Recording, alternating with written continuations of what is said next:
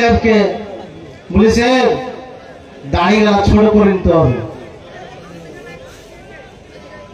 দাড়িগুলো ছোট করে নিতে হবে।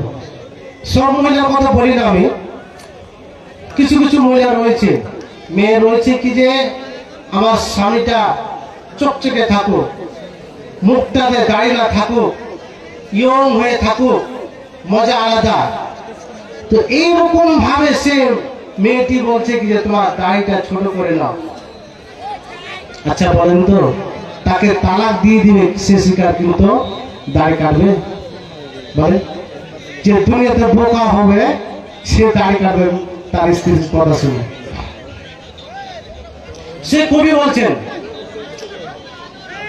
এখনকারই মেয়ে গোলাপ মায়ের কাছে বোনের কথা কয়, আর মাদ্রাসার পড়া মাগো ভালোই লাগে না।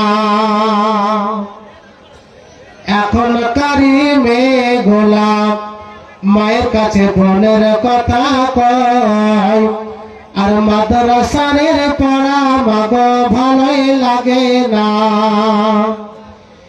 স্কুলেতে পড়ব মাগো, স্কুলেতে পড়ব মাগো, হবে আমার নাম, আর বড় বড় বাড়ি থেকে আসবে বীর কাম, আর বড় বড় বাড়ি থেকে আসবে বীর কাম।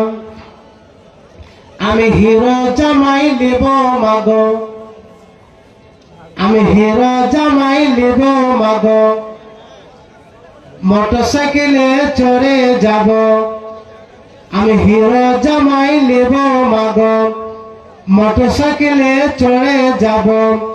বলবো দুজন মনের বাসনা, আর দাড়ি আলা জামাই মারে আমায় দিও না, আর দাড়ি আলা জামাই মারে আমায় দিও না।